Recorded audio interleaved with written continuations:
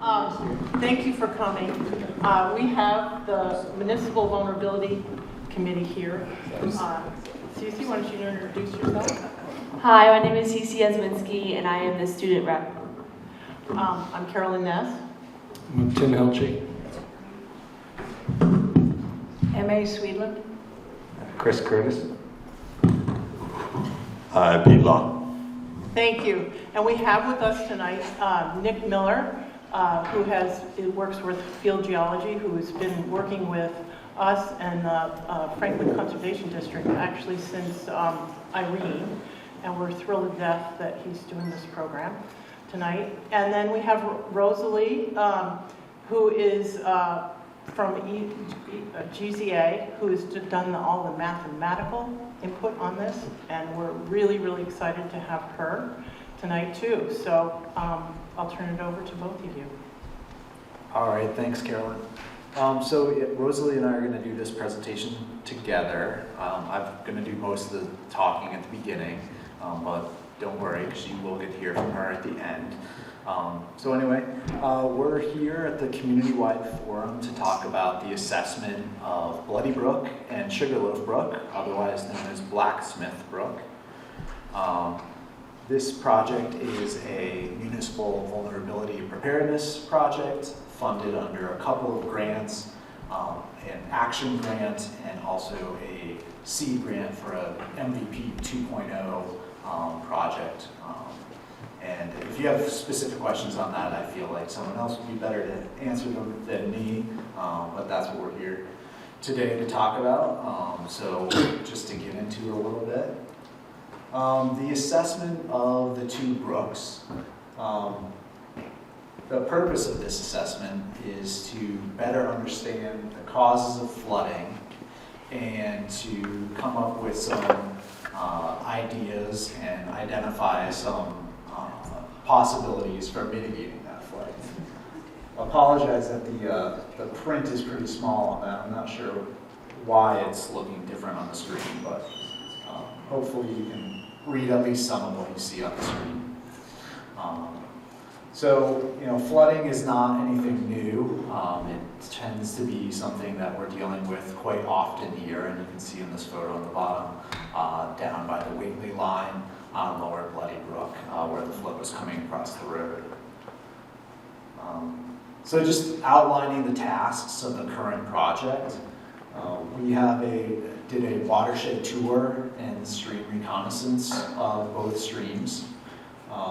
That included a review of previous studies. So one previous study, I'm showing you a slide from the lower left-hand corner, which is a stormwater assessment that was done by FERCOG, a drainage assessment of the town of Deerfield.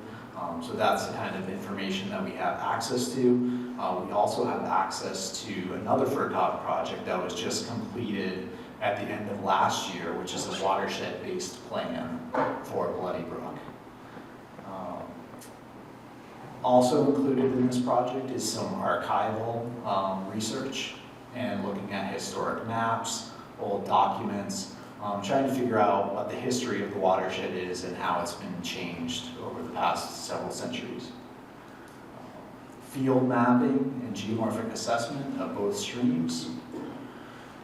We've got hydrologic and hydraulic modeling, which Rosalie will be talking about. That's kind of like the big part of this project that everyone is really excited about. And then as part of the results, once we've been able to crunch all the data, we're going to do some project identification and prioritization, looking specifically at how to mitigate flooding. And once those projects have been prioritized, conceptual design work to come up with some different ideas of potential routes the town can take to help mitigate that. So the flooding and erosion hazards that the town of Deerfield has been facing are nothing new. Whether we're talking about big floods, as you see on the upper left, which is during Tropical Storm Irene, where portions of I-91 were closed during flooding, or what we're talking about a more frequent kind of nuisance flooding that seems to be happening more and more often. showed you that picture, but that's the lower Bloody Brook, right? So this kind of flooding, whether it be just water sitting on the floodplain, whether it is water down in the lowlands actually flooding out people's cars, right? Or whether that is floodwater actually encroaching into landowner or riparian landowner's property. These are some photos that were shared with me by Stacy and Michael Martin, showing some floodwater that actually got into their garage, and also showing their backyard inundated. And over the last couple decades, this kind of flooding has become pretty commonplace along Bloody Brook. So this kind of flooding, you know, we're seeing other examples of how common it is. This is on the upper left. That is a photo of a house at the corner of Captain Lathrop Drive and North Main Street. This homeowner actually, I can put up this, but I don't think the pointer is working on the screen for some reason. Hopefully you can see from where you're sitting that there's sandbags along all the doors at the ground floor of this house. So flooding is becoming frequent enough that they're actually blocking off water from getting into their ground floor of their dwelling. So it's quite an issue, and that is why this MVP project was started, and that's hopefully what we're going to be looking at with the hydraulic model. But all this flooding has a history, and it's a legacy of historic land use. So when the area was colonized, there was something called the land clearance, right, where they cut down all the trees. That has been described in the literature as a near total deforestation, and that peaked in 1850 regionally. This is an old photo showing a view from Sugarloaf. It's undated but fairly early, showing partially deforested hillside and farm fields below that have been cleared for agriculture. So we cleared all the trees, mobilizing sediment from the uplands. All that sediment is delivered to the farm, to the flat floodplain bottom. That floodplain used to be a wetland, right? So historically, in New England, we had some broad forested wetlands. That's what the landscape was. It was very, it was not very common to have a single thread stream. The reason we have the single thread stream is because the wetlands were drained for agriculture, right? So all those wetlands were drained. You create a channelized stream. You reclaim that area. And this happened, we know, in Deerfield fairly early, right? Because we know that the area was first settled by colonists around 1660. And the early writings about this describe Bloody Brook and the area where Captain Lathrop had the battle with the Native Americans in 1675. That area is described as a swampy thicket, right? So it's a swampy area cleared for agriculture. We know it was cleared for agriculture because he was actually bringing crops to market when that battle took place, right? So just think about what the area was under natural conditions. It probably wasn't a single thread straight channel through an area that's largely agricultural, right? So that's a departure from the natural conditions. That's kind of what I want to drive home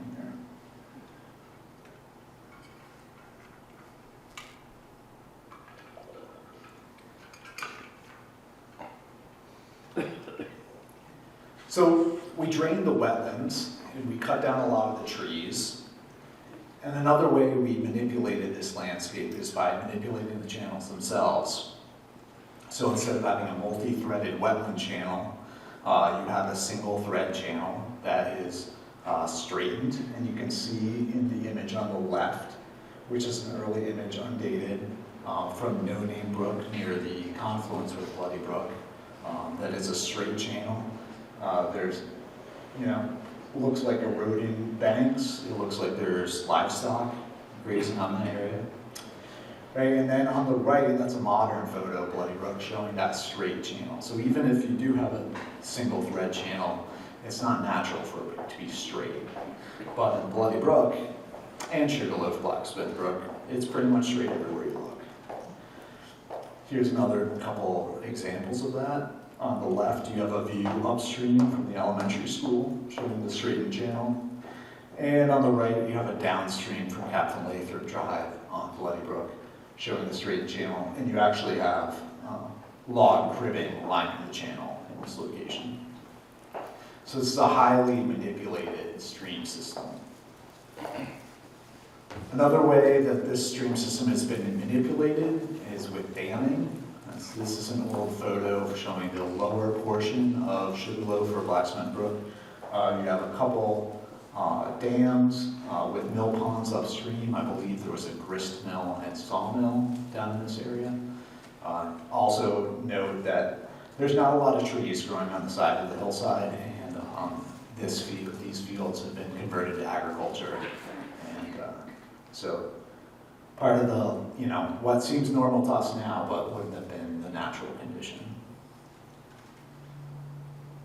We also, upon this landscape where we've drained the wetlands and channelized the stream, we encroached and had historic development along the banks of the stream, right? So the railroad came to Deerfield in 1846, runs right through the watershed, going from north to south, crossing the stream in several places. You can see that on the map on the right, which is from 1871, also showing the straightened Bloody Brook channel at the back of everyone's lot, with the houses, encroaching upon that floodplain. On this encroached, floodplain surface, we have a lot of development, and some of that development has been here for a long time, but some of that development is, been gaining in recent, decades. And so one thing we look at when we're talking about a watershed is impervious surface. So the impervious surface being areas where water can't percolate through and infiltrate into the groundwater. Right? These are areas like rooftops. These are areas of roads, parking lots, areas like on the side of the road here where there's no median, it just is paved from the road all the way over to the sidewalk. All these are areas that when the rain falls on that area, it's going to run off, right? And so the impervious surface in Bloody Brook watershed is 9%, which is pretty high, especially for Western Mass. Maybe it wouldn't be high for Boston, but we're not used to having a watershed that's that kind of urbanized. And one thing with the impervious surface is that it increases the peaks of your floods, right? So the water hits that pavement and runs off into the stream. It's not able to soak back down into the groundwater and be a groundwater recharge. And when that water runs off into the stream, it's carrying everything with it. So if it falls on I-91 or 5 and 10 where they've been salting the road, you've got a lot of chloride, which is a major water impairment. If you have water running under the parking lot, it's carrying any oil, petroleum, anything else into the stream. And unfortunately, in these watersheds we're talking about, there's not much of a riparian buffer to stop those pollutants from running into the streams. Right? So under normal circumstances, natural circumstances, you'd have shrubs and trees, that would be providing a buffer to, slow the delivery of those pollutants to the stream.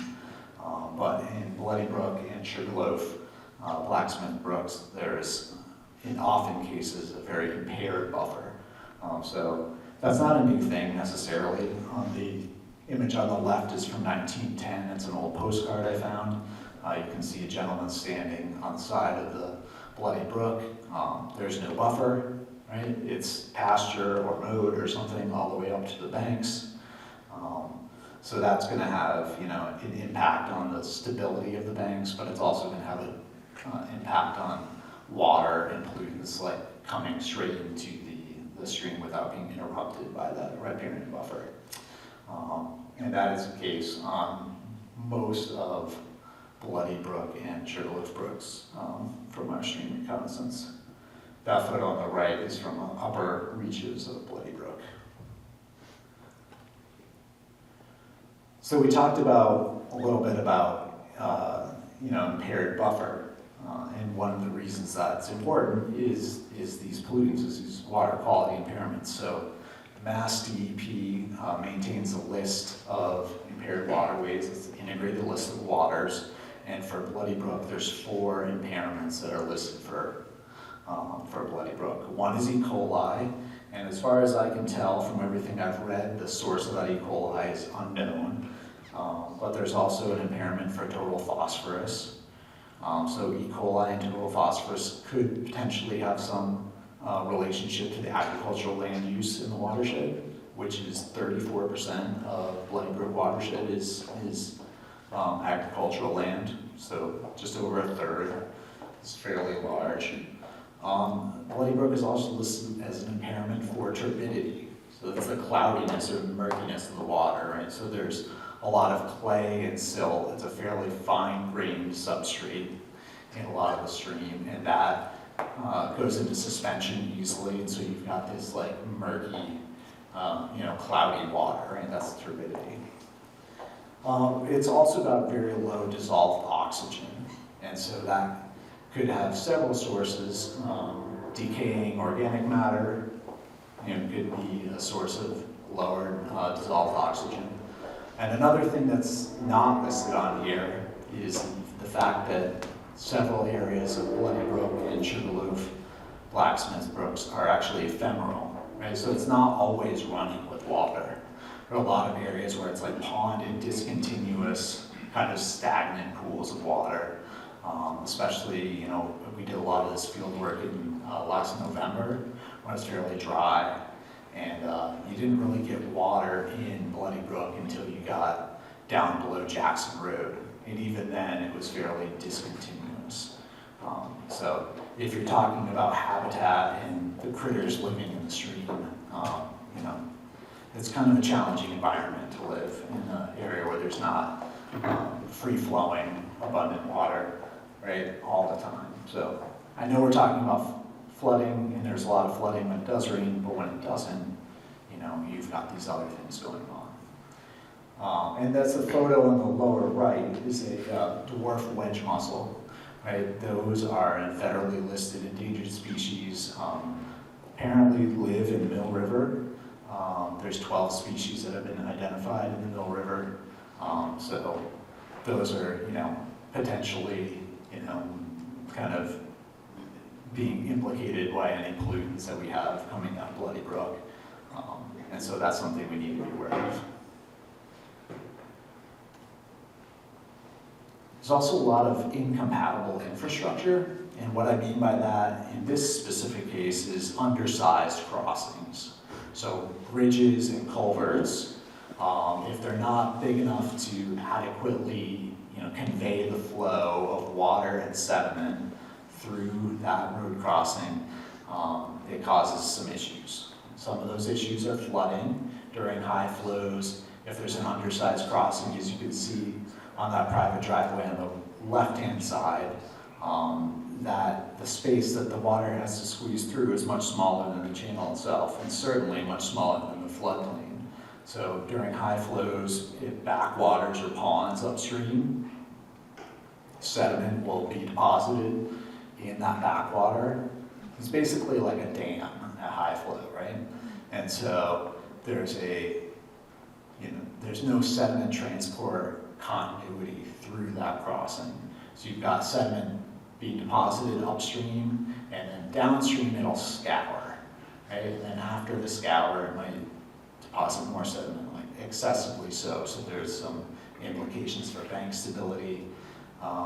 And for flooding, if you live upstream, and you saw those pictures earlier with the garage upstream of an undersized crossing, you know that in really high flows, it can pond up and back up into your garage, or that one house where you saw the sandbags by the back door, right? Those are upstream and undersized crossings.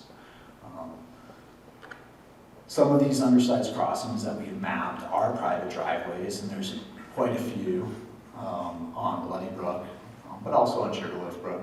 But some of them are municipal, like town-owned roads, and the one I'm showing you here is Thayer Street. That's an upstream view of Thayer Street on Sugarloaf Brook. And you can see a fairly small, undersized box culvert, but you also see that the sewer line is crossing the stream as well. So that's further constricting flow. It's taking up the space that the water should be taking up. You know, in an ideal situation, your crossing is big enough to not only convey the flow in the channel, but also if during a flood you need somewhere for the water that's on the floodplain to be conveyed, right? So if you think about how wide the stream is during a flood, and you look at these, there's certainly not compatible. And we could talk a lot about that. Another example of an incompatible structure that kind of stood out in the reconnaissance was here at Pleasant Street, close to where we are right now. That photo on the upper left is looking upstream last March during a rainstorm. You can see a wide scour pool in the foreground of the photo.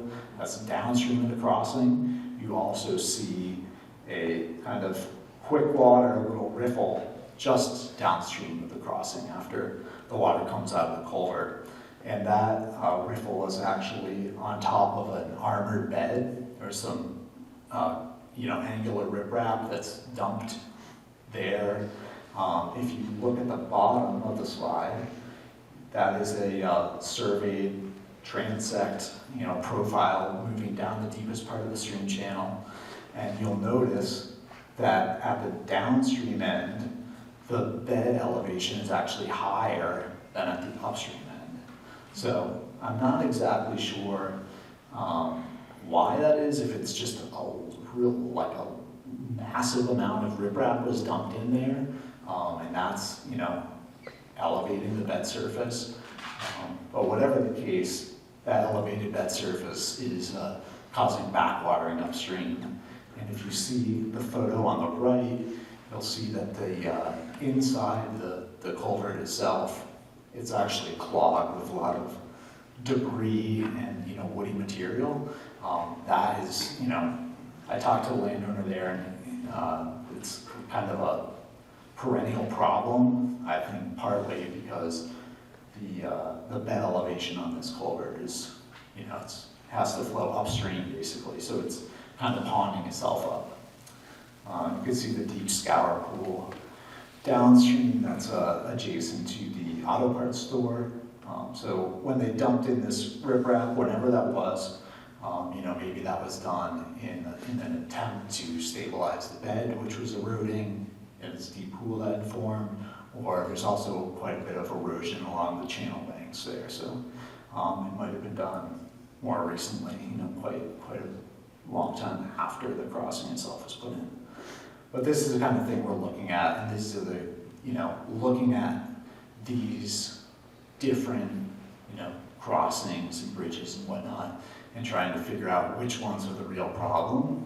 That's kind of what we're going to rely on the hydraulic model, to help us determine. But, you can get a lot of clues just from seeing what you see out in the field.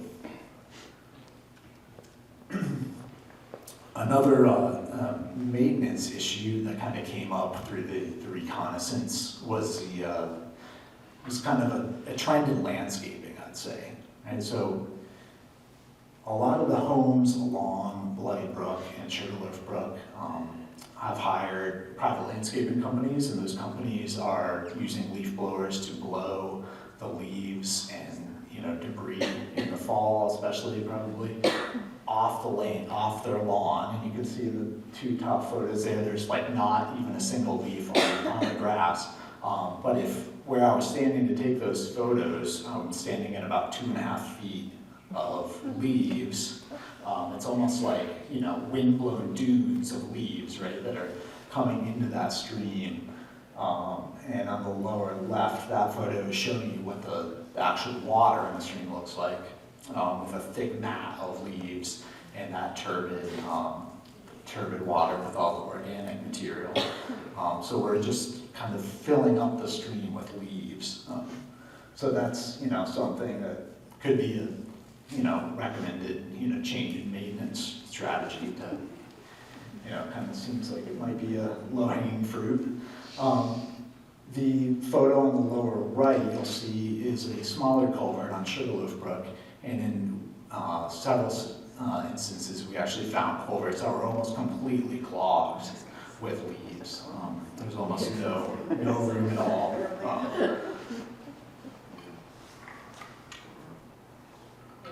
You almost can't tell what that is in that photo.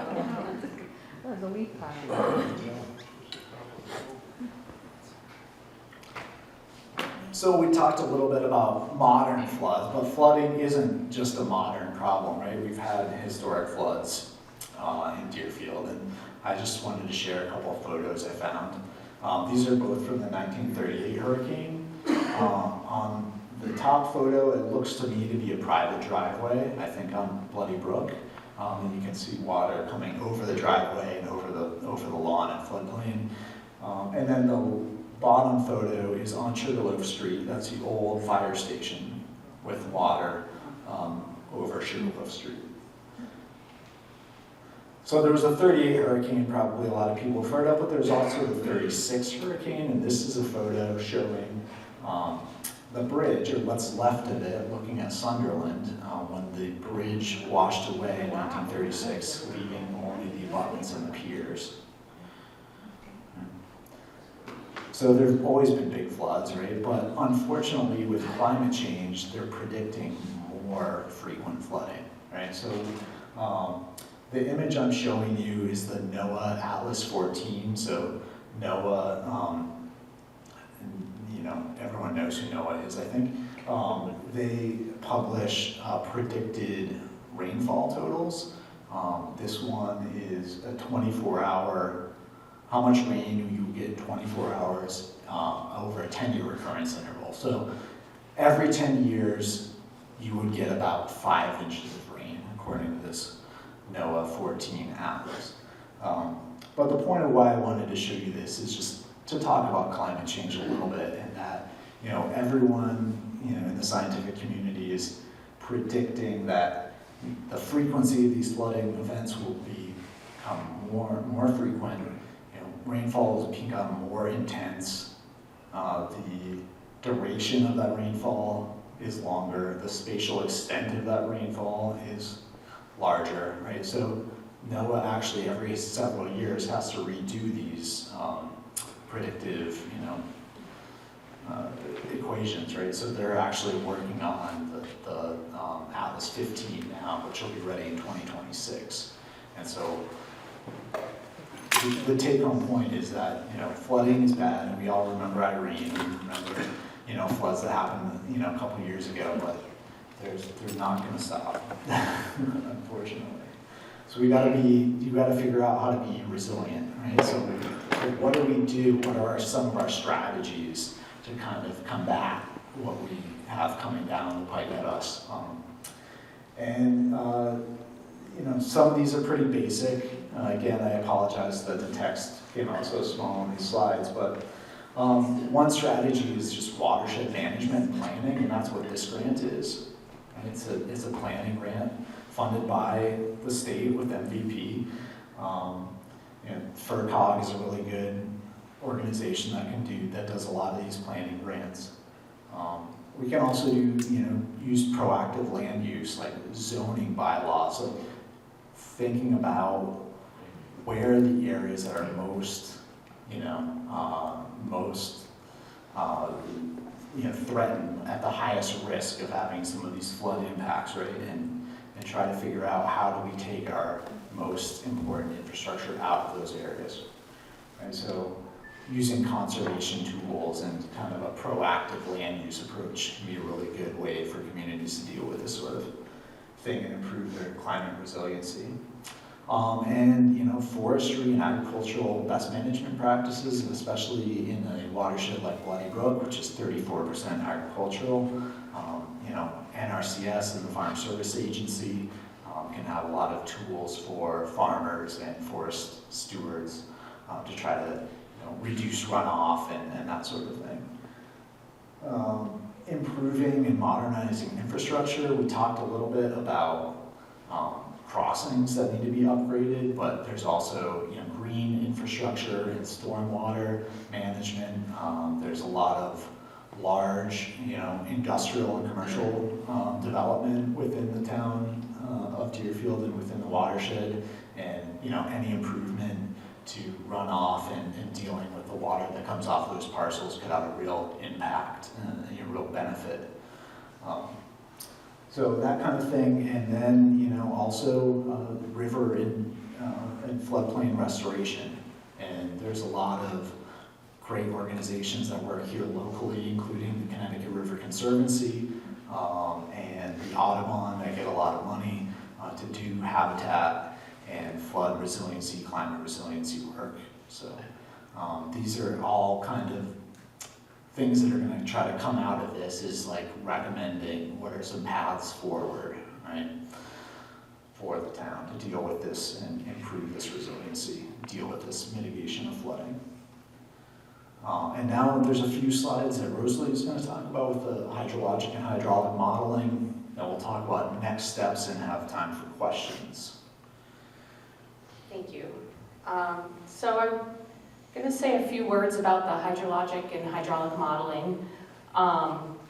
This is kind of where we take the data that was collected in the field. So in addition to the observations that Nick shared, we had a staff engineer actually measuring those culvert crossings so that we can model those and predict what would happen at those locations during different levels of flooding. And we're at the early stages of setting up these models right now, but we will be doing another meeting in a couple months. We haven't scheduled it yet, but we'll be talking more about the results of the modeling at that time.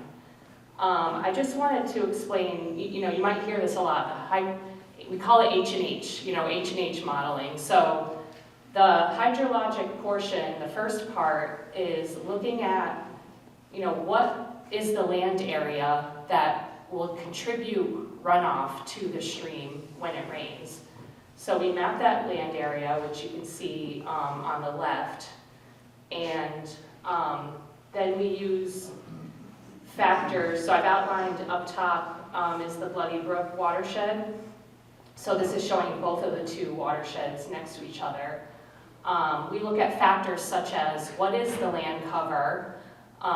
As Nick was explaining, you have the forested areas, the agricultural areas, or impervious areas. So we factor that in because that will impact how quickly the rainfall ends up in the brook.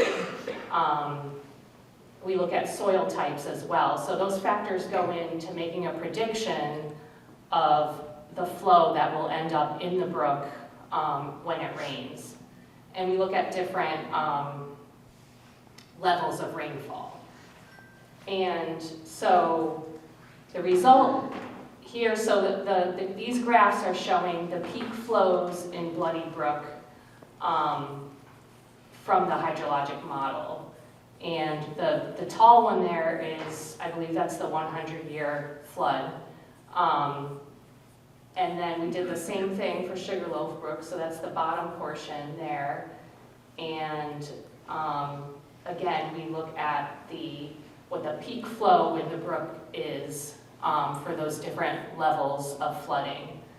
And when Nick was explaining the NOAA Atlas 14 data, so when we refer to the 100-year flood, it's kind of like an easy way to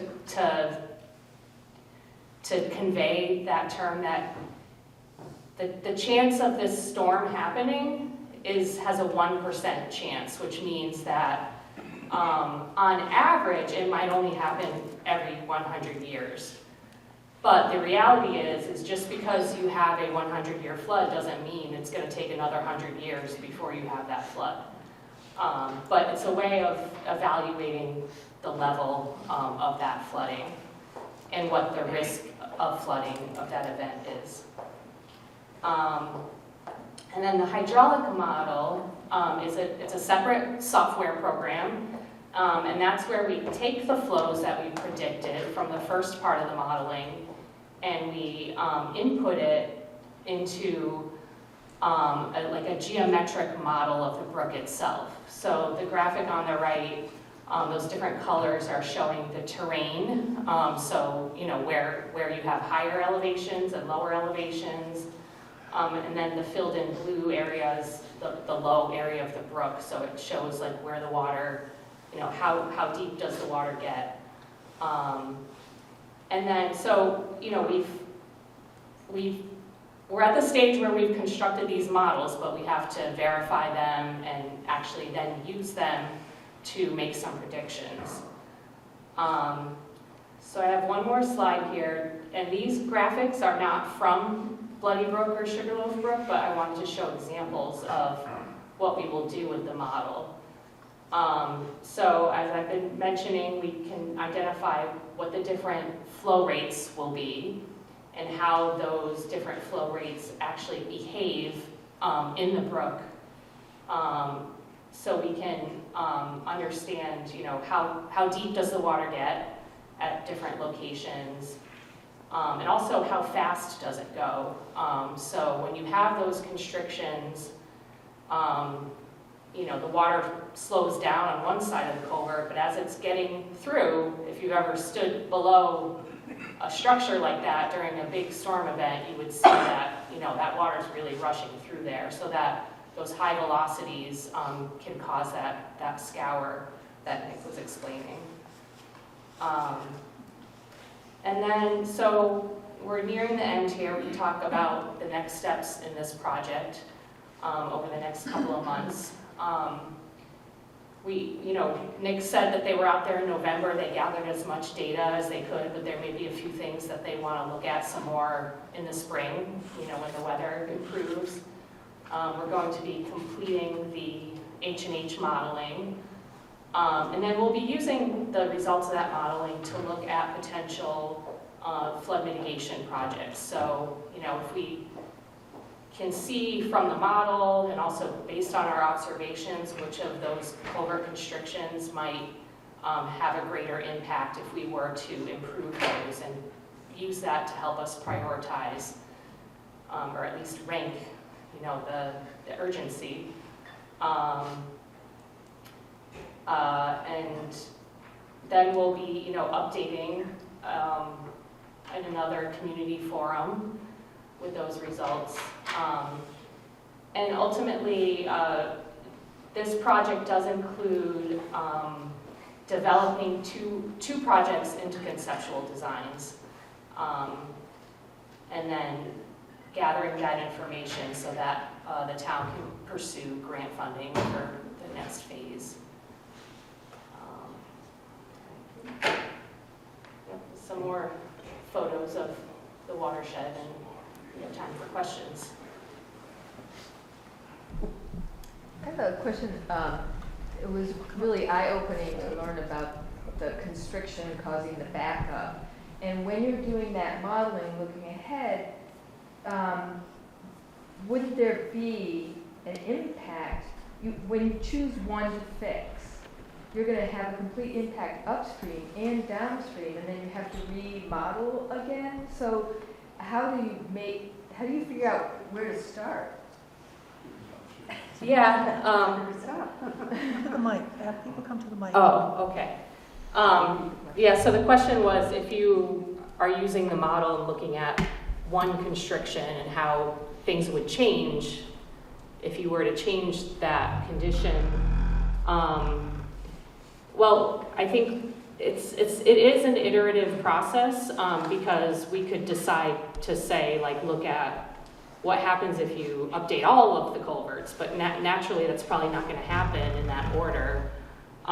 So I think we'd have to see, make some predictions based on the existing conditions results, and try to prioritize what we might look at. But the advantage of having the model is that you can check to see, make sure you're not having any adverse impacts by making a change at one particular location.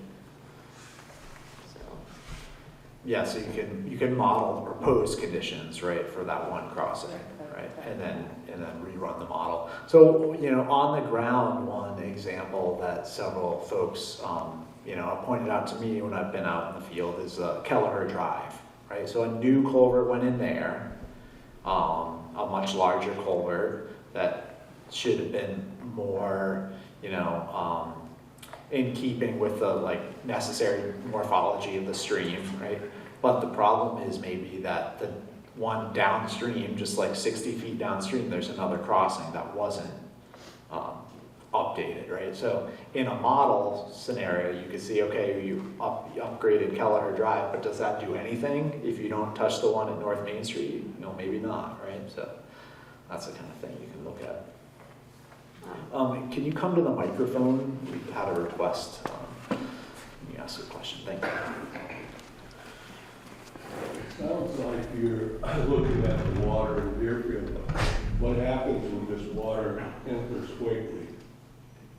It gets into Great Swamp. It doesn't go anywhere. Right, that's a good question. So the model, I think, is going to, as far as I-91. yeah, I think so. So you have to set the extent of the model. So from the upstream end of where the water's hitting the land and coming into the stream until you get to 91 is what we were specifically looking at. Yeah, I know Bloody Brook goes down into the Great Swamp in Mill River. Sugarloaf Brook goes down into the lower area across the agricultural fields along the Connecticut and enters the Connecticut there. And we did, continue the mapping through that, Whately portion for the Sugarloaf Brook. Maybe we could do the PL 566 slides, Greg? Could you get those slides for me? I've been concerned about flooding downtown here since my first experience in 2005. So we've been lucky to get we were the first community in the state to be MVP certified. And so we've replaced culverts one at a time through the MVP program.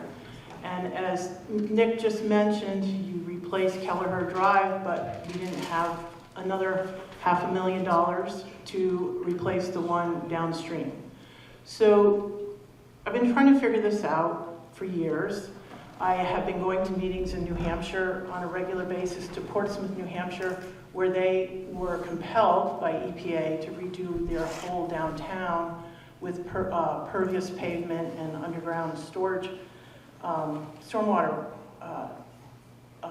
filters and holding tanks.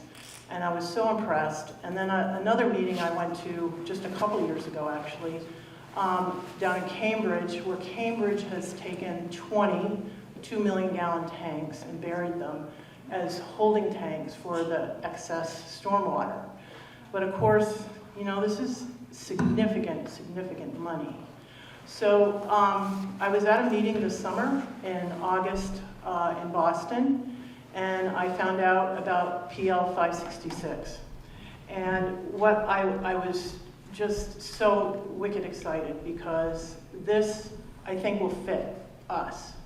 It's not been used in Massachusetts, except for one other instance out on the Cape, where they're doing saltwater restoration, where they grab the stormwater and filtrate it and hold it before it's dumped on the oyster and shellfish farming. This is a program through NRCS. NRCS is wonderful to work with. We've worked several projects over the years through the Emergency Watershed Protection Plan program that I've worked with. We've had several, close to $1 million projects here in town when we've had storm damage. But I have not used this one before. And the more I investigated it, the more I'm excited. It has to be a watershed of under 250,000 acres, which Bloody Brook and Sugarloaf are. It has to have at least 20% agriculture, which this is about, as we've stated, about 34%. We have to have a designation as rural, We are rural. We have a USDA loan already. We've already been certified as rural for our sewer treatment plant. So we check off all the boxes. Extremely excited. And probably, this is just ballparking, but when talking to Nick earlier, a few days ago, all the projects done together are probably not more than $10 million.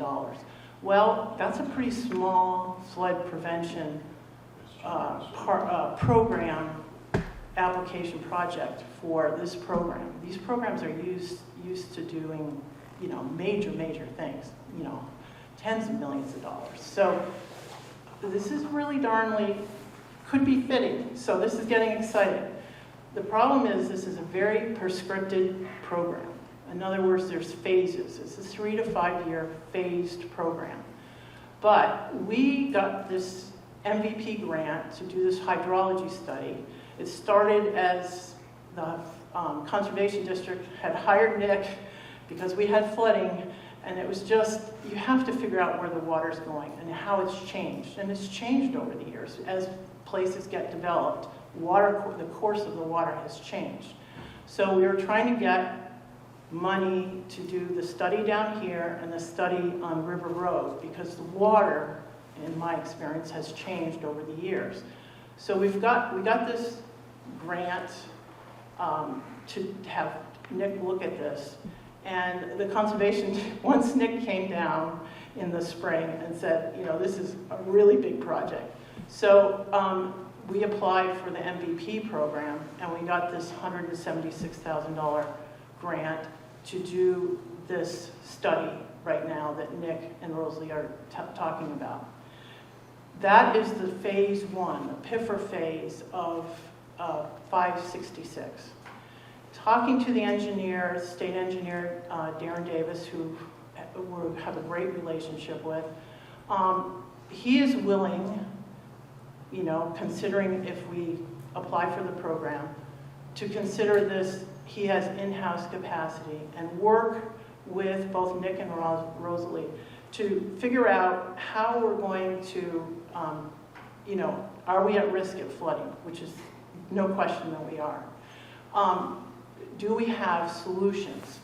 And you have to have certain hoops you got to jump through, but Nick and Rosalie can certainly come up with solutions to this. And then hopefully we can do this all together, because this is a problem of, doing it piecemeal. Yes, we can work with the Audubon. We can do this little piece. We can do this little piece. And we still might have to do that. But the idea would be it's 100% paid for in the first phase, PIFR, which is your preliminary investigation finding report part, which is what we're doing right now. The next is your planning phase, and then your design phase and your permitting phase, 100% paid for. It's 75 to 90%, and I would say we're probably a 75% community. But if we get 75% of our town solutions in, and could get MVP to pick up the match, then I think this could be close to 100% paid for. But the attractiveness of this is that NRCS in this program can work with the private stakeholders as well, like Bloody Brook Farm. That crossing on Bloody Brook Farm is going to be very expensive to replace. But they would work with the owners of Bloody Brook Farm, and that they could replace that 100% right up to implementation, and maybe NRCS could come up with a 90% match for that, for them as farmers.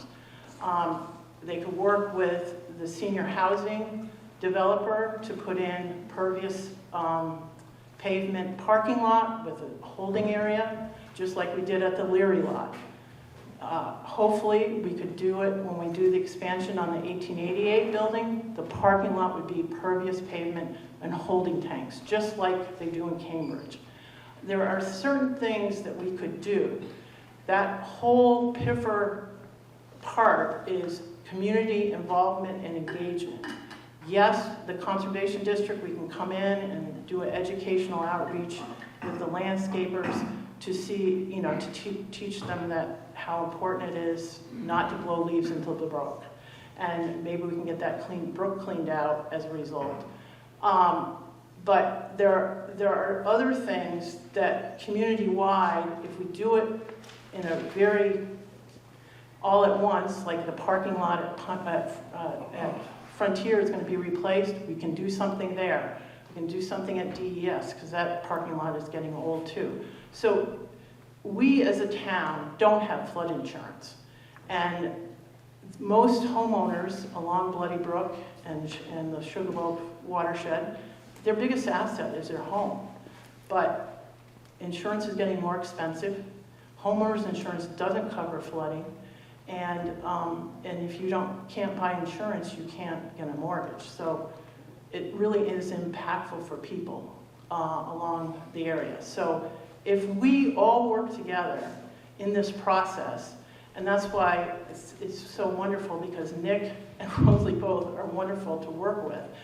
And Darren, if he's willing to work with them and knows them already and has a relationship with them already, I think we can pull this together.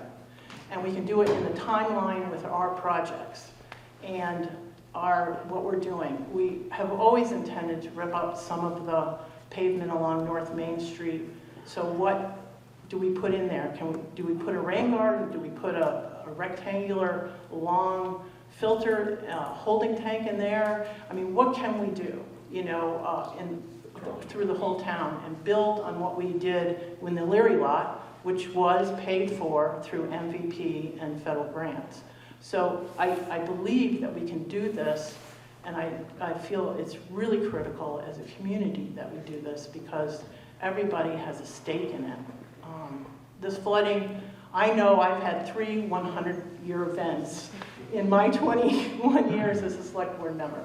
So to say that you're not going to have 100-year events on a regular basis, what they're going to do is just recalculate and retell you that the 100-year storm is now a 50-year storm or a 20-year storm. And, we're going to have this water. There's just no question. And it's been really stressful to me to figure out how we can do this work without costing the town, hundreds of thousands of dollars for these culverts that, and undersized crossings.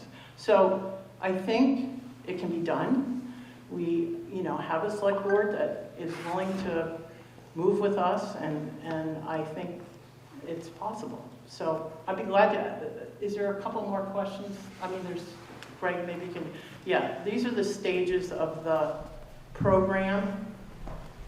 And then next slide is, and this shows some of the cost share. This isn't in place yet.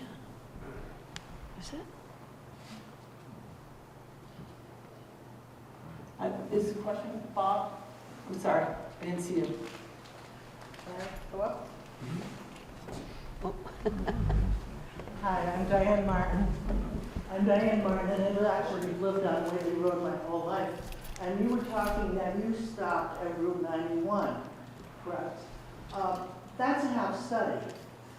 The whole brook runs all the way to Trinsky's Pond. And you're talking about if one bridge culvert is fixed, and it may affect the next one. Well, you may fix everything through town and do all these different pervious, different kind of surfaces, or impervious, pervious, sorry, different things. But when you get to the other side of 91, it used to be cowfield with a little bit of swamp. The service road was put in, the new culverts were put in for the service road. Since the cows are no longer there, the area has been filled with beaver dams. There is now a giant tree that is from the service road. You can see it. It's been there since the summertime. And the brook is not flowing because there's a tree across it. And I've been watching it go higher and higher. The water is very, very high. So doing a study of the brook to stop at 91 is not really doing a study of the brook. You should actually go all the way through, because what goes here goes down to there. Diane, if we get part of the PL 566, Yes. we would go all the way down. You need to address Yeah. On 91. And the reason why is because the permitting, which is so grossly expensive, the NEPA process and Army Corps engineer process, all of that would be paid for under the NRCS grant. And so we could afford to extend it down.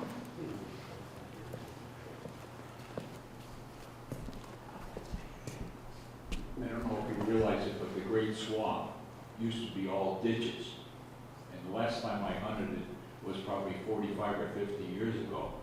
And you could only walk through there if it was frozen. All right?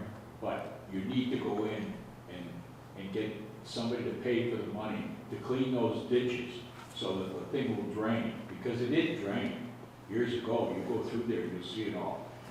When you come to town, there's a culvert that goes from the old fire station next to Fisher's Garage. It's part of Blacksmith Brook. You're going to have to replace that. And that probably goes back to the early 1900s. Okay. Now, one of the problems you have is the town of Deerfield, and it's infinite wisdom. Back when 91 was built, and they removed the fill, they preloaded the bridges. They brought it and put it on what was known as a Dwyer lot, where the elementary school is now. They filled this big swamp that was out here. It was a huge swamp. Ask any of the people that went to school in the 50s, it was a huge swamp out here. You filled out all that land, all right? And you got all these other culverts that just need to get fixed. And people throw stuff in, throw it in the ditch, throw it in the ditch. We had the same problem on the farm years ago. We cleaned it all up. But everybody throws it back in. And you need, but I don't think you're going to solve the problem until you go through the great swamp down there, whatever you want to call it, the Whately Woods, and get that so it drains properly to the Connecticut River. You're going to get all the junk out of there. And there's a lot of junk. And I think maybe the state owns some of that property. I'm not sure. It's going to be complicated in the sense that the state, that culvert, I think, by Fisher's Garage is state-owned, Yes. right? We haven't So- accepted that street, have we? No, We No. cautioned you not to take it, but they put more blacktop down, and I thought somebody made a deal to take it. no. We don't want to take it because. No, Bob, we did not take it because of the infrastructure issues. When I was a kid, we used to climb and go through it. I think the whole point of going through PL 566, why I'm excited about this, is that we can pull in the state, and hopefully we can get, I'm not sure who we can get to pay for that part of their culvert, because I'm not sure, but the good thing is NRCS has history working with states. I'm not sure if this would be eligible, but you better believe that I would work very, very hard to make sure that the state would be on board with this and somehow somebody paid for it. When it freezes, if it does freeze in the next couple of weeks, somebody ought to walk through there and take some pictures. Because years ago, it was channeled. Well, I know it's falling apart, and It it's needs one to of be the, cleaned out, it's not taken care of. I know, it's And terrible. that's part of the problem with most of the ditches is done. All right. Nick, one question I had for you is you've done some field work already, and one of the key questions we're going to need to answer is which culverts are the most important ones to replace first. You showed in your slides Pleasant Street, Thayer Street, and private drives. Is that kind of your assessment, initially of what looks like the problem area? I mean, I'm really interested to see what the hydraulic model shows. One issue, which is pretty apparent when you walk around town, is there's not a lot of slope, right? There's not a lot of gradient through town. So what that means to me is that one crossing, can influence several other crossings upstream, right? Because the elevation difference between them is not great. So yeah, I mean, those stood out as kind of obvious ones, but we'll see what the model shows. I'm Peter James. I live on Captain Lathrop Drive. I'm a newcomer in town. I've only been on Captain Lathrop Drive for 43 years. And I'm up against about a did a stint on the Conservation Commission for the town back when a lot of the building projects occurred, so I've kind of kept an eye on this. Now, my observation is that your initial work is the most critical. I'm not sure that you're calculating enough water flow, and that is the basis for your project. And I'm saying that because of my observations on a daily basis, watching Bloody Brook and watching how the water is coming off the mountains. So I'm talking about North Sugarloaf, South Sugarloaf, and I'm talking about the ridge once you get on the other side of Hillside Road. My observation is that we have a lot more water coming off the mountains. The vegetation on the mountains is changing remarkably. In the old days, people, and if you look at the deeds in the 1800s and in the early 1900s, they all called it sprout land. Well, that sprout land was absorbing water to a great extent. And if you look at these same areas today, all of that sprout land is falling down, and there's nothing to replace it. And we're seeing it on a regular basis, and what I'm concerned about is that your model gets tough enough in terms of how the water flow is going. You know, you can play with the culverts, but the question is how much water is really going to go through those. And back in the early days, the state got into retention ponds and detention ponds, most of which didn't work. So I don't know where you hold the water back before you reorchestrate the culverts to get it down. And so I just offer that as a possibility, and if you ever want to chat with me, I'm pretty easy to find. I agree with you, Peter, 100%. There's a lot more water than there ever used to be, and it is directionally different coming down over the years. So some of that could be like a forest management thing, like the age of the forest. I don't know where that goes because there's so much of it, and you can go into, we have a pond on top of North Sugarloaf that very few people know about. But that pond feeds into the brook that ultimately is part of this infrastructure down here. And again, it's seasonal. You may have 4 feet of water in that pond at a certain period of time, and then you may have 1.5 feet in another period of time. But that's real water, and it comes down and ultimately gets into the tributaries. If you go into, go up Stage Road in Pecunta, you get Claps Pond, and all of that water starts to feed toward River Road. And when they were putting in Pecunta Drive, there was a struggle. And one of the reasons that there was a lot of water at the end of Pecunta Drive, but it's part of the mountain watershed. You see the same issues on the other side of the town when you're talking about the Western Ridge, although that's not impacting on the South Deerfield difficulty, but there's a whole lot of water, and you've got Route 5 and you've got Route 91 that are basically, and the railroad that are all dams. It's not free flow, and then you ultimately, and Diane is absolutely correct, once it gets down into that area and heads into the Great Swamp, it's quite an interesting series of events. So it's, again, it's how much water you have to manage and in which ways are you going to be able to provide the methodology. So that's just my concern, is the beginning is important. Yeah. No, those are good comments. I think, it's not going to be easy. We'll do our best. And I do have cards here, and we'll be happy to talk to anyone after, and we'd love to hear from more, residents about your observations, because that helps us know if we're on the right track, right? Hi. So the other observation in a similar vein is on Jackson Road. I've lived there for 33 maybe years across the street, and it used to be an open swamp, and now it's all filled in. So do we create any other kind of just preserve the area so we have more absorption rather than just sending it all down the street? That's observation issue. Yeah, I think there probably is some opportunity for wetland restoration and wetland, connecting to wetlands that may have been historically more useful, in a water management. Yeah.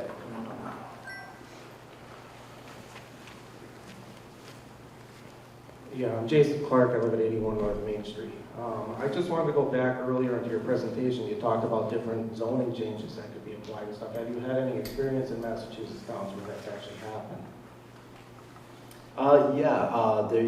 There's something like zoning overlay districts, a little bit different.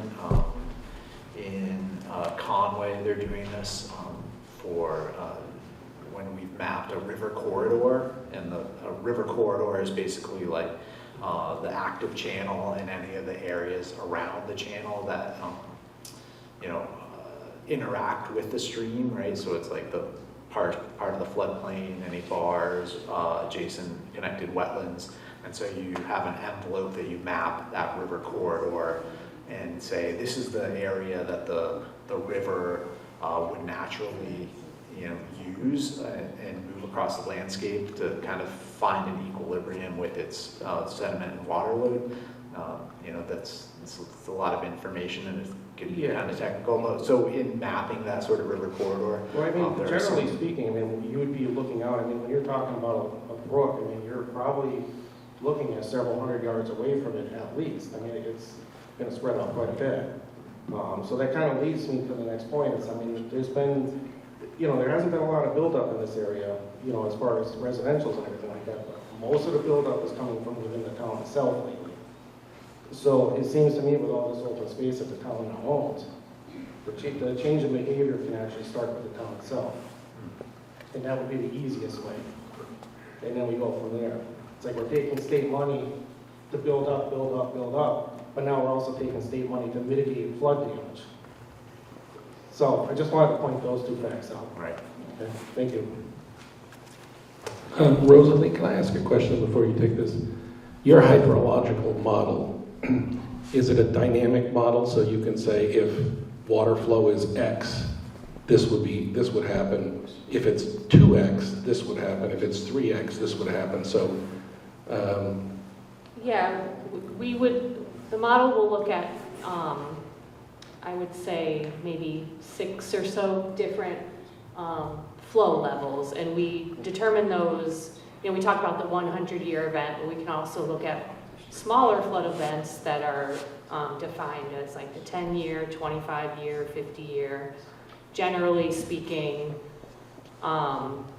it's the biggest storm that is typically evaluated might be the 500-year. FEMA, when they do their flood mapping, sometimes they look at a 500-year event. And then anything bigger than that is typically not analyzed unless you're talking about something such as, what could happen if a dam broke, and you really wanted to know in a catastrophic scenario the level of flooding. We will look at different levels. Yeah, hello, Mark Malone from South Mill River Road. I have property in Deerfield, both affected by the Bloody Brook and Sugarloaf Brook. And I just wanted to say, Carolyn had brought up about the swales and the problem with the drainage at town meeting well over 5 years ago. And I have seen not one thing get done on the positive. I've only seen the situation get worse. Your name, sir? Nick. So, Nick, I was surprised to see on the pictures that you showed there, you didn't show pictures of the swale that's going, or brook going by the elementary school, which has gotten worse. Carolyn brought this up years ago. There's problems with encephalitis and other mosquito-borne diseases. And if we can't get the swales cleaned, 566, great idea. I think it's a great idea. Does anybody have a timeline when you estimate the state would fund that? 5 years, 10 years? No, this is federal. Federal? Oh, Yes, it's federal. So zero, right? Never.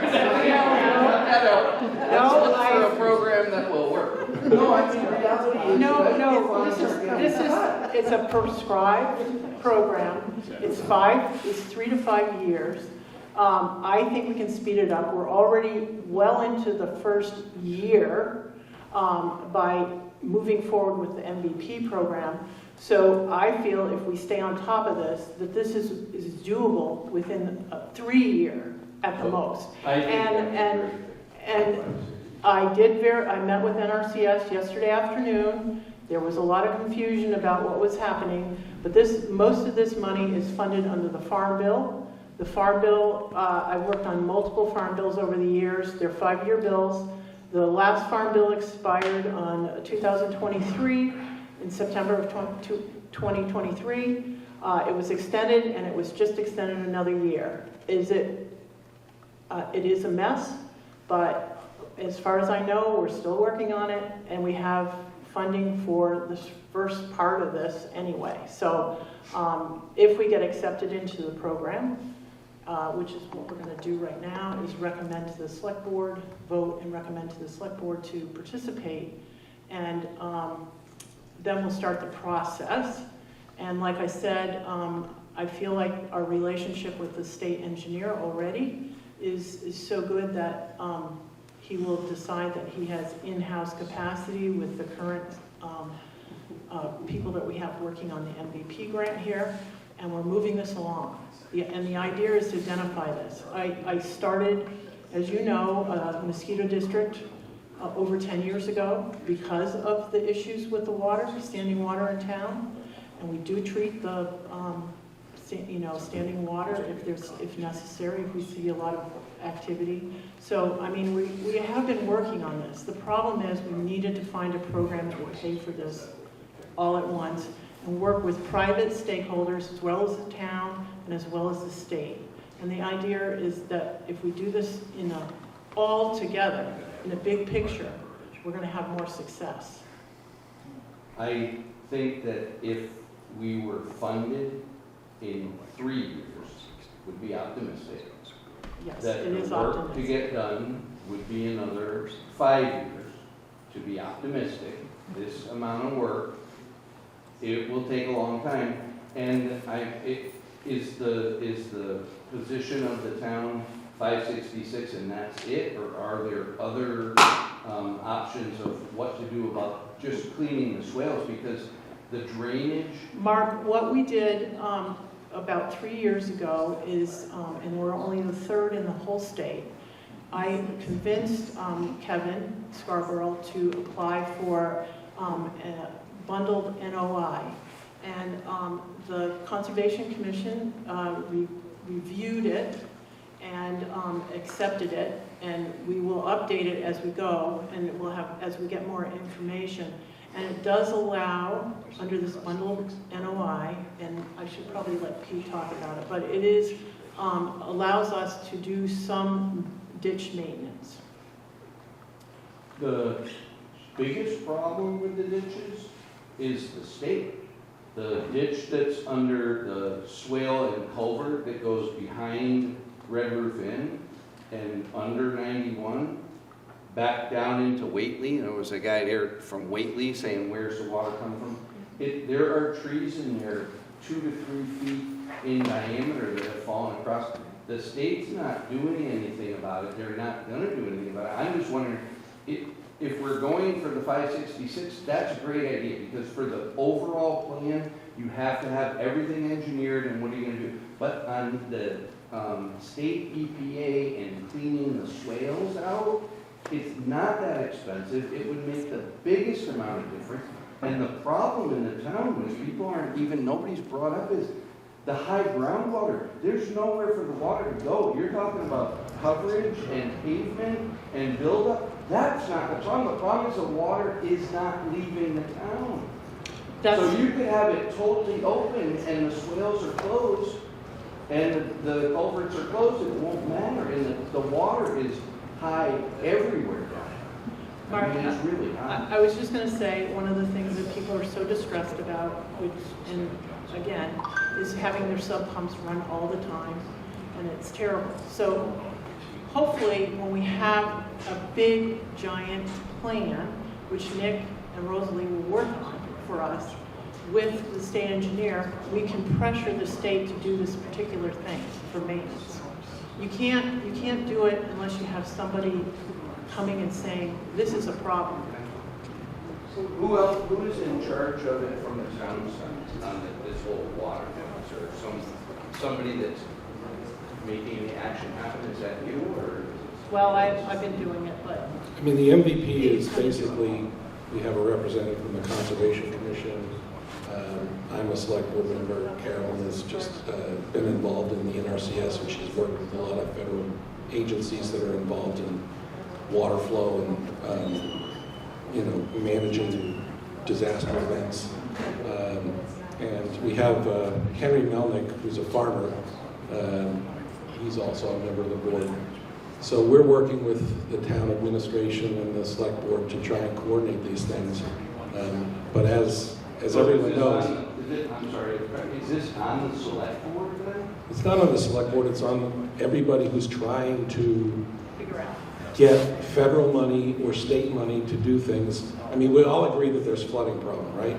We all agree that we don't have the money to fix it ourselves. And we also agree that we have to integrate this with other towns like Whately. So if we get into the PL 566, which on our agenda tonight, we're going to take up asking the select board to express a letter of support for examining whether we can qualify for this program. That's the first step in trying to identify federal money to do whatever plan we come up with. Is the problem only money? Because I'm finding, I think the problems are a lot related to environmental. Like you can't go into the swales Right. anymore. There's because EPA the swales regulations. are now wetlands, and you can't take the dead debris out, and so the water's not going to. This is a serious, serious problem. And it's not just a problem that's an engineering problem. It's an environmental problem, and I don't know, the EPA from the state or the DOT, that's where the problem started with. They put 91 in, then they put the swales in, and then they don't maintain them. And the culverts. Well, Mark, what is so good is 100% of the PL 566 is going to pay for this plan. And they will identify those areas, and we can pressure people to take care of them. And they can run the permitting, because it is design, it's planning, design, and also the permitting, which is so wicked expensive. That's really the expensive part of all these things. You've identified what it is. You have to have somebody professional so you can get in there and clean it out. So that's I the whole. recommend a team with a team leader to try to take care of this, because if I say, it's not your responsibility, right, Carolyn? This isn't your Well, responsibility. I'm volunteering because I've been stressed out for Volunteering. years about this. Somebody needs to deal with it, and there isn't anybody, because if I said now, who would I go to talk to about it? I have a serious problem with water on my property. Who do I go to talk about it? Nobody knows anything. You would actually talk to the town administrator, and the town administrator would bring it to the select board, and we would try to address it with the tools we have available. At the moment, we don't have any money to do this thing, but we It's did. not about money. I've offered to pay for the whole thing. It's about somebody being able to get it done. Which whole thing are you talking about? You want The to, cleaning the culvert over at Red Roof Inn. I can't believe you guys didn't take pictures of that. It is a mess over there. There's a whole pond behind Yankee Candle that never used to be there. And it's gonna go into town. And the same thing I said, I was surprised that nobody took pictures of over by the elementary school. Like, isn't that a health hazard, having all that standing water and nobody cleans the ditches? And you did say about the leaf blowing, which is a big part of it, but it's the branches, it's everything. And leaf blowing, to make a town ordinance to say leaves get removed from the property, which I always do for my property anyways, otherwise they blow back in. That's not that difficult to do. Maybe we can start there. We gotta do something. I mean, just talking about it and waiting for the state and the feds to bail us out. Mark, thank you for your comments, but we've got a line backing up here, so next speaker. Nick and Rosalie, can I just, 3 quick questions, there should be yes and no answers. But, in the modeling, would there be capacity calculations for flood water storage on the northern end of Bloody Brook, above Jackson Road and up into North Hillside? Is that part of the modeling, the capacity there, and what potential land management could be done? Yes. Okay, thank you. Would there be any recommendations, it's been brought up a lot, on regular and sustained maintenance, culverts, swales, and so forth. Would you have recommendations there, or does that fall on somebody else to do? Yeah, I think, where where it makes sense, there would be, that could be discussed as part of the outcome. Okay, that would be helpful. And given that 100-year floods happen every couple of weeks now, will your engineering designs have a certain percentage of increased assessment for going forward? So not base it on what FEMA has now as a 100-year flood, because I don't quite believe them. Yeah, so the MVP program encourages that, so we can look at, climate change factors in the flow calculations. Pete, we can Thank put you very that much. as part of the PL 566, is that we want a maintenance plan out of it. That can be our Yeah, requirement. that'd be helpful. Jim Campias, Deerfield Road. You mentioned percentages of funding, but even if we assume that the federal money ferry brings us everything that we asked for, how much is the town likely to have to outlay? What's our share likely to be? I understand you don't have exact numbers, but if you can give us rough ballpark figures, numbers of zeros would be useful. Well, poor Nick, I said, can you give me a ballpark of what some of this stuff is? And I know that you cannot replace a culvert for less than $500,000 now. So we just ballparked it at 10 million, okay? Most of your planning and designing and permitting is a larger and larger proportion of that. So that's probably 100% paid for, and that's probably 5 to 6 million of the 10, okay? I feel that you need to be conservative, so we would be on the hook for 25%. That NRCS would pay for 75 to 90%. If you say 75%, so that's $2.5 million that we would have to be paid for. But I feel that MVP has already committed $176,000 to this process, and NRCS knows that they don't have to pay for that. They're going to try to integrate it into the PIFR, or the original start. So maybe they'll give us a higher percentage, and maybe the MVP program could. Let's not count on it, but. They have been always very generous with us, and we have never actually paid the 25% on our EWP projects. We were able always to pay less. But I'm trying to be conservative. So I think MVP would certainly we could get another few $100,000 or even $1 million from MVP on this, because they would want to follow through. We could be a good pilot. This program we would be a model for the rest of the state, because the state isn't utilizing this program. So we're looking at, call it $2 million for the town. Potentially. So I do have one follow-up. How much did we vote for the emergency flood mitigation after the July floods a couple of years ago? That was... We ended up paying about $600,000. Right, but if I remember, we voted something like $1.5 million. Well, that was So because we had to get this is reimbursed. Comparable to a one-time emergency situation, but potentially a long-term benefit. But Yeah, yes, the logic of it is great. Tossing you a shill question. The dangerous thing to do is to use ballpark figures that aren't based in fact. So the first thing we have to do is come up with what is a logical plan to address the problem we have, and then find out how much does it cost to pay for that logical plan to address the problem we have. And then we can start identifying funding sources and whether we can afford it. As long as we can get this initial stages done without, going to the taxpayers and asking them to pay for it, it's the right thing to do, even if we then find that we're in the position we are in now when we don't have the funds to do anything. So at least if we have a plan, 3 years from now, somebody comes up with some money for us, there's a plan already in place, and we can go out and try to do these things. Even if we have to do it every 2 years, we do part of the plan. But my commitment is to always go out and try to find state and federal money to do these projects, because the state and federal governments used to do these projects, but they've consistently lowered the taxes on billionaires, and so we don't have this When we built the sewers in the 1970s, 90% of it was paid by federal dollars. Now we're paying for it all ourselves. And this is a problem of transferring it all to the local communities and letting them worry about it. Hey, Christian Newland from Kelleher Drive. Thank you guys for putting this together. I can tell you've done a lot of work, and it's very clearly a hot button issue around here.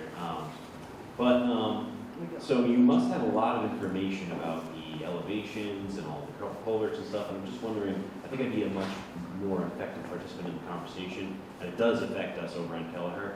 If I had access to some of that information, do you have drawings showing the elevations and the culverts and all of that that the residents can have access to? Not now, but yeah, we're getting all that information together. We've done all the survey of measuring all the culverts, and then we've got the LiDAR, the digital topography of the watershed, and that's like the main base that everything, how you draw that terrain in the model. So it's all still very much in, Yeah. development at this point. It's all, anything that we produce as part of this project is public information. So when we pull together all of the deliverables, we can share that as well. Great, thank you. Yeah, and this meeting was very much like a, kickoff, not really necessarily a kickoff meeting. We got started at the end of November, so it's a quick turnaround. So we haven't crunched all the numbers yet. We will be having another meeting later in the spring that has yet to be scheduled. I don't know if that'll be in May or whenever, but we'll have a lot more, actual information to share at that point. Something, there's a gentleman who was up here talking, and I think he's right saying that, like, even if you had all the, unlimited resources, that's not automatically going to fix the problem, right? But we'll never fix the problem if we don't start. Right? And part of what I was hoping for people to take away from is, the natural setting of where the town of South Deerfield is, and having been a former wetland, and then you have all this development, and as people pointed out, I-91 and the railroad are basically dams and really, really high flow events. So, there's a lot of technical, tools we're gonna have to pull out and pull together to try to make this situation better. Money is going to help, but we got to really be creative and kind of be patient because everything does take time.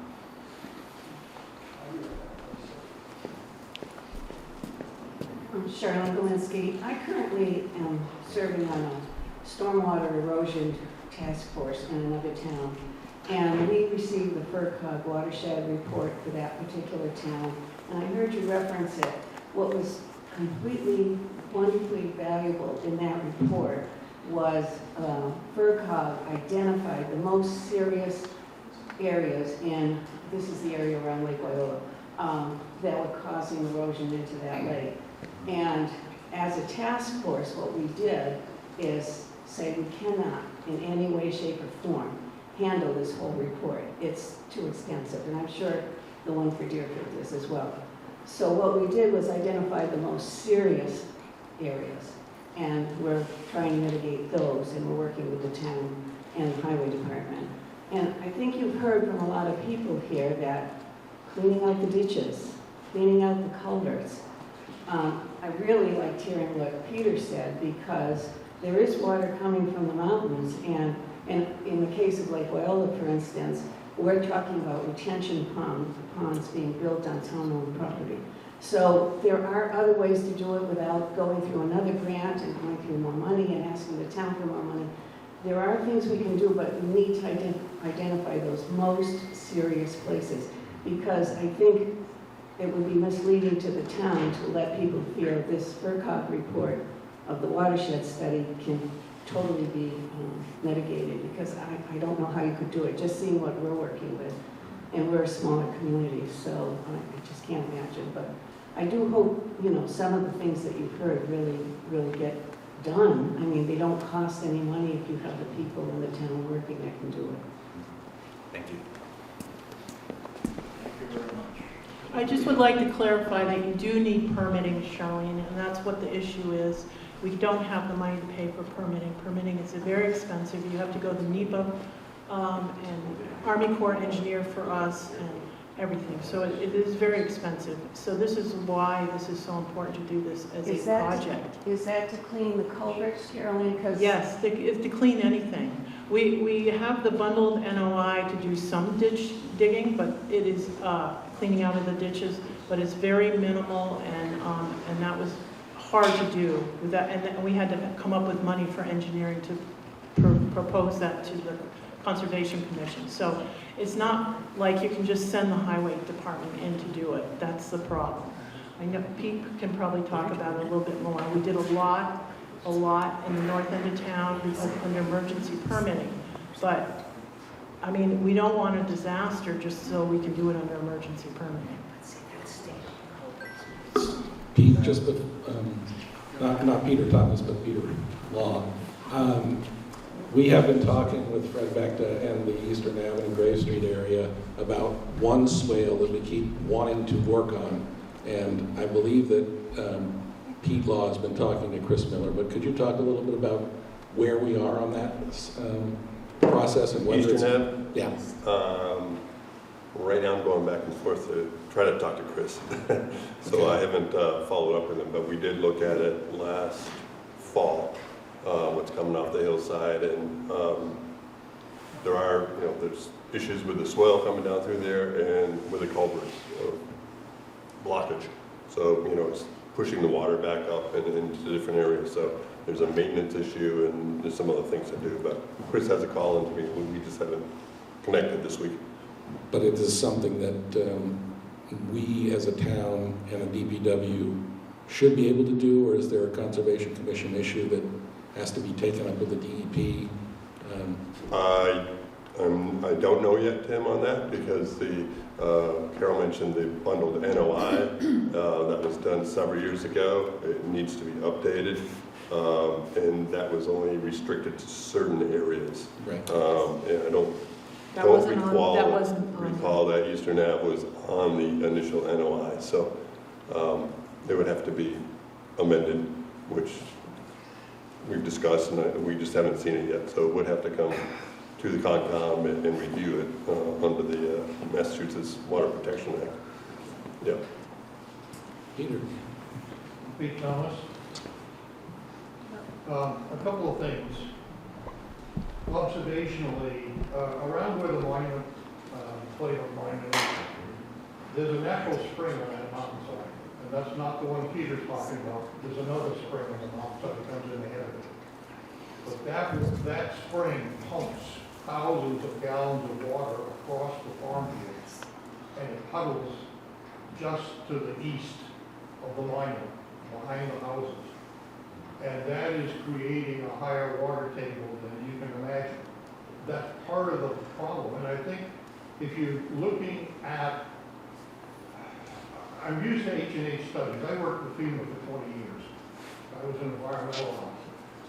So I'm familiar with what you're doing. If you're looking at rain solely, I think you're going to model that's going to be underestimating the amount of water in terms of that's flowing. Because we had standing water for a month on those farm fields out there. That spring is enough.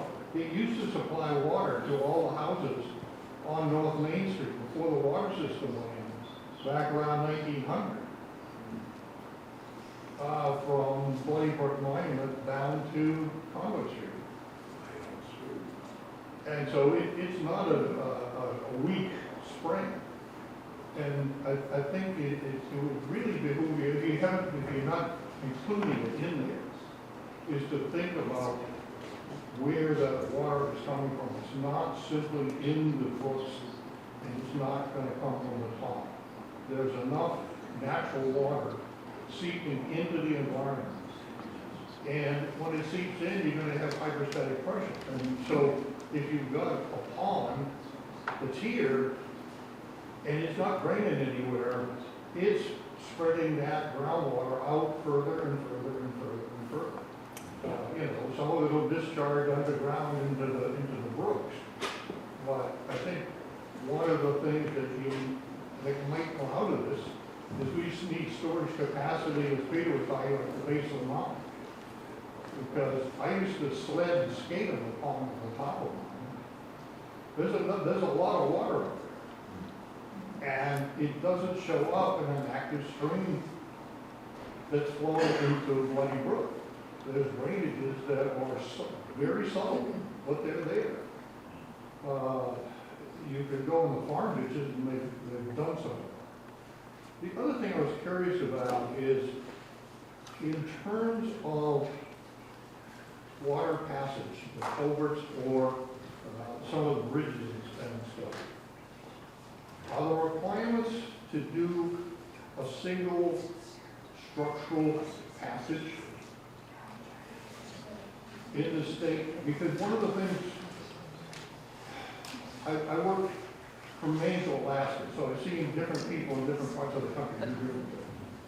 Well, one of the things that we used to pay for as FEMA was emergency overflows. So that you have, let's say, a 6-foot capacity culvert, but you know you're going to get some heavy storms. So you elevate smaller culverts on either side to take care of the emergency overflow, which is far cheaper than taking out an existing culvert and then going, building a bigger structure. Now, states like Vermont and New Hampshire, they've gone to bank full structures. If you blow out a culvert, you could be putting in a 12-foot bridge now. So I don't think we're there in Massachusetts. Oh, we are. Yeah. Yeah. That's good.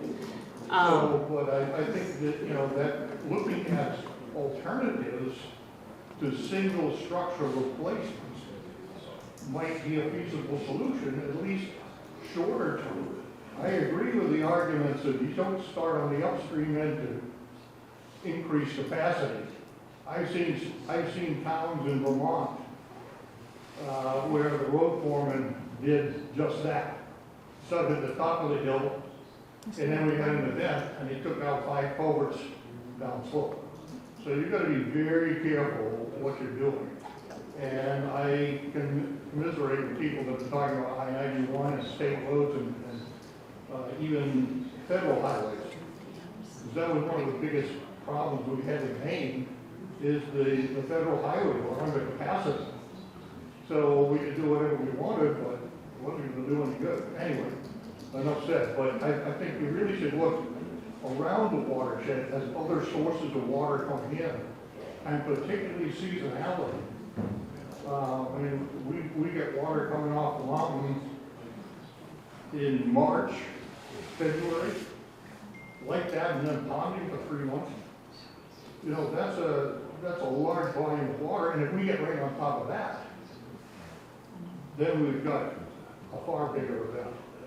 So if you haven't been doing it, think about it. Yeah, no, I'd like to know more about where that spring is, so maybe communication. And yeah, the floodplain relief culverts, I think, are a great option, and something we often recommend. Oh, yeah. Anyone else have a question? Comment? Okay, well, thank you all for coming. As a committee, we're going to make a motion here, or I'll make a motion that... We're going to start another meeting. Okay. Separate from this, it's got a Zoom component. Oh, okay. Right, so if there are no more questions, I think that we have had a really great conversation, and we'll do it again when Nick and Rosalie are closer to or have finished up the project, so that we can share the findings in more detail. And anybody who wants to see the finished product, of course, it'll be available through the town. And then just keep working at it. It's a Sisyphean task. So thank you everyone for coming out. Appreciate it. Rosalie, thank you so very much. Thank you.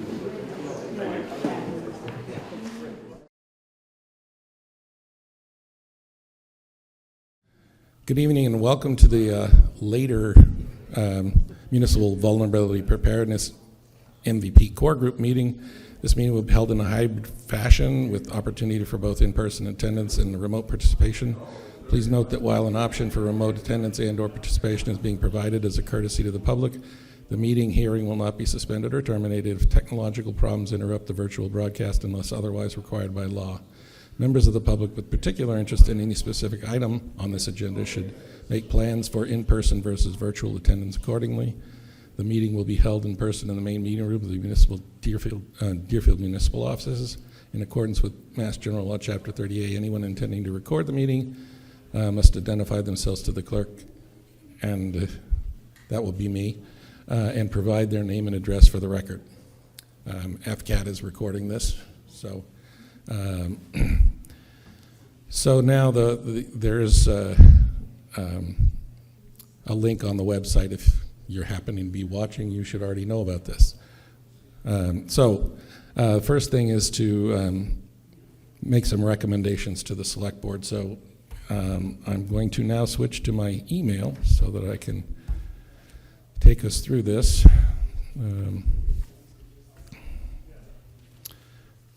Where is it? Did you send this to a different email address? Maybe you sent it to... No, I sent it to your town email. Oh, okay, because I'm not seeing you in there. Oh, well, we have to determine that there is a risk of flooding, I think. Okay, here we are. Okay. So basically, in order to apply for this PL 566 program, we got to do a few things. So the MVB core group is going to be asked first to agree that there's a risk of flooding in the downtown. So somebody want to make a motion to say that there's a risk? I think we have enough historical and current observations to verify that there is a risk of flooding currently, and that there probably is a greater increase in flooding due to more frequent intense events, as well as just general climate change. Now, I don't know that we need to do this like with a motion or something, but... Is that a motion or? No, we just have to agree that there is a flooding risk. Consensus. Agreed. Okay. Agreed, so 5-0.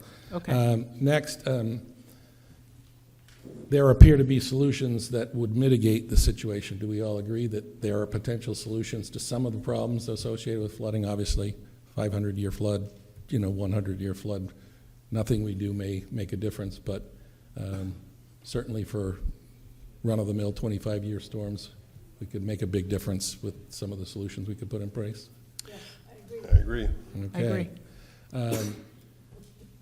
Is there is there a reasonable interest in by town and other stakeholders to follow up on this consensus that there is a flooding risk? Based on tonight, I think we can argue that there's plenty of interest in town to address flooding. Plus, we have applied for and gotten the MVP grant. Is a commitment on the town already and the state that recognizes that, in fact, we are at flood risk, but that we also are committing to address it. Okay, and the fourth thing is I'm going to make a motion that the MV committee recommends that the select board write a letter to Dan Wright from the state conservationist requesting to participate in the PL 566 program. I will second that. Any discussion? Hearing none. All those in favor? Aye. Aye. Okay. Okay. Now let me go back to the other screen. We've already set the next meeting date, right? Well, one quick thing about the next meeting. Speak into the mic, please. One quick thing about the next meeting. I heard from Pat that all of the meeting rooms are scheduled for that time. The 24th? Yes. So we can still have the meeting. We just need to do it entirely remotely, which I think will actually be fine as long as it's... I think if everybody's remote, then you can hear everybody pretty well. So. And you can share documents and everybody can actually see the recording. And we have enough accounts to do that. If there's already already checked into it, yes. Okay, so we'll just move to have that be a hybrid-only meeting? No, remote only. Oh, sorry, Zoom only. Yeah. Yeah. And what time is that, did we say? Yeah, we did. That's the 24th at 5:30 p.m. Okay. Yeah, and one thing did come up though, which, so Tim, I believe there is a joint. One thing that did come up was there is a joint select board finance meeting that might conflict with this, so. Well, that's okay with me because somebody, as long as they can get a quorum, Okay, I just wanted to be aware of that, thanks. What time is the start on the 24th? 5:30. Thank you. Okay. Yep. All right. Was there any other questions on the 566 program that anyone had? Pete, did you have anything? No, I listened to your explanation, and that's all I know. I don't know if there's any other material that we could review. I had handed out that info sheet the last meeting. What is good about this program is that there can be multiple stakeholders. In other words, you can work with farmers individually, homeowners individually, where there are private crossings maybe. I'm hoping, I don't have any clarification on the state. If there was state, like the culvert by Fisher's Garage, I'm not sure if the replacement would be picked up under the federal program, but maybe. They were not clear. They didn't have a clear answer because they didn't know how impactful it was to the overall plan. If it's impactful, there's a better chance. And that would encourage the state to actually replace it. And so is there also an opportunity to work regionally? Because, everybody keeps talking about the Great Swamp. Yes, and actually what I'm hoping is that we can move this along and incorporate Whately into it, because that would be the solution. As John knows, you've got to move the water along, and he's brought that up multiple times in discussions with me, and we know we have to do something in the Great Swamp. Mm-hmm. One thing that would be interesting to look into is to test the water that's coming out of this artisanal spring that's creating ponds in the back of Kelleher Drive, and if the water's actually good, can the town, South Deerfield Water District, do something with it? Actually, that was really exciting for me to find out that the water districts can apply as stakeholders and be part of this process. Right. So if the solution is to use water, and that they could use that as a reservoir or develop it as a reservoir, and it would be paid for under the 566, Mm-hmm. which is that pretty exciting. I know that there's now the ice fountain in the town common is fed by some other stream. I don't know if it's that artisanal water source or if it's another one, but I've been told that they can't shut that one off. Is that correct, Chief? No, they can shut it off. Okay. They shut off in years past. Okay. Yeah, they usually like it to cycle the water and keep circulating it. Is it part of the regular water system? I was told it was, but I could be incorrect. Okay. Yeah. I think you are correct, John. Part of the regular water system, the town water system, or part of the Sugarloaf watershed? South Deerfield Water Supply District. Okay, comes to there, okay. So is there any other business? Yes. Oh, Chief, come up to the mic. Carolyn, I was just looking through my file. I can't find the information from last time. Could you resend that you said you gave us last time, or do you have it? I can, I might have another one. Okay, thank you. Chief? All right, Chief, it's your turn. Hi, good evening. Thanks for giving me the mic quick. I just would recommend that the MVP group, who has done some amazing work for the town, vote to recommend to the select board that we identify a funding stream and proceed forward with a modification of the bundled NOI. We should not be waiting any further at this point. We're in the midst of winter right now. Chris Miller's eager to get moving on cleaning out a couple different areas. The ground is frozen. It minimizes the impact in the area with dump trucks, with the mini excavator, with everything, because you have such a great frost in the ground right now. So you get an eager highway superintendent that really wants to do some good work. I would look at Ty and Bond, who did our last bundled notice of NOI with Concom, and just look for a modification, a renewal, to include Eastern Ave, Grave Street, and the possibility of the Bloody Brook. And that way we do have the authority to go in there legally and actually do some maintenance work, so long as we notify Pete or somebody else on the Conservation Commission. I think it's a week or two in advance prior to any work. It's within the NOI language, but there is a notification that's required. Modification or amendment would be You want to make a motion to do that, Pete? to To make a recommendation to the select board to, Chairing that committee, I would almost avoid it. I would have somebody else make the motion. Yeah. yeah, that's fine. But you're asking for a funding issue too. Yeah, funding and proceeding forward with a modification of the bundled NOI. Well, I would make the recommendation that we do it. It makes, I'm obviously pushed the bundled NOI with you from the beginning after I found out about it. Yep. I do admit we're only the Okay, third. so let's make a motion so we can go home. So make a motion to recommend to the select board that they identify a funding stream and proceed forward with a modification renewal of the bundled NOI to include Grave Street, Eastern Ave, the Blacksmith Brook, also known as the Sugarloaf Brook, and the Bloody Brook, if possible. I will make that motion. A second? Can we discuss the motion? Discussion. I would caution the specificity of that motion, in that it may want to be a little bit more generalized if you're looking at the NOI language, to include other areas of town that we may or may not even know of at this point in time.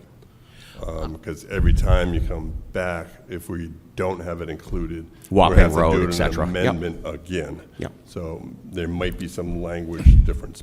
Just a Pete, comment. do we have to re-engineer those if we don't, as we add, do we have to re-engineer every time? Re-engineer, No. amend the No. Ty and NOI? bond, do we need Yeah. to get an engineering firm to come in and say, this is what we're doing? Now that we've established the NOI, is it the amendment? I don't know.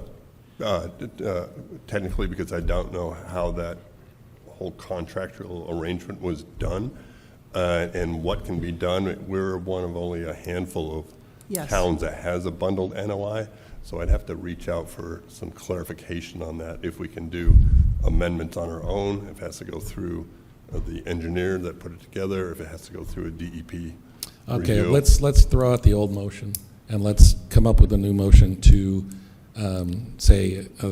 move that the MVP core group request that the select board examine the existing notice of intent with the intention of modifying it to address farm swales and other water resources in town that could potentially Benefit from maintenance benefit work. from regular maintenance. And Pete's going to abstain. Would you I say, wouldn't say We can have- farm swales would you, per would se, you- because there's a lot Yeah. of swales that are already exempted in the WPA. Yeah. If they're agricultural, so it gets, It's all good, Pete. This is just a minor motion. This is a recommendation We're for gonna an hire engineer. to come in Yep. and do this for us. Yep, it's all because good. it's obvious that we're not going to get through this without that step. So do we have a second? I will second And it. friendly amendment, we'll drop the farm swales. We'll just say water resources in town that could benefit from, An routine maintenance. expanded, Yep. expanded NOI, bundled NOI, because it's not just an NOI, it's a Yeah. bundled NOI. Mhm. Greg, are you writing this letter? Are you writing this letter? Are you going to put this letter together? It doesn't have to be put together. He can just be brought to the select board saying that the MVP wants you to look into I'm this. just wondering if someone's going to have the motion Oh, down. Yes. yeah, you Greg, can. Greg knows what we're, the intent. Okay. Is there a second? Is there a second? There is a second. Okay. Any discussion? Hearing none. All those in favor? Aye. Aye? Okay. Abstain? Yeah. So that's 401. Great. Thank you, guys. You're amazing. Thank you, John. Don't You leave. need anything before I leave? Don't leave. Okay. Is there anything else? Hey, Hearing none, I'll take a motion to adjourn. Okay. I will second that. All those in favor? Aye. Show of hands. Thank you. Thank you.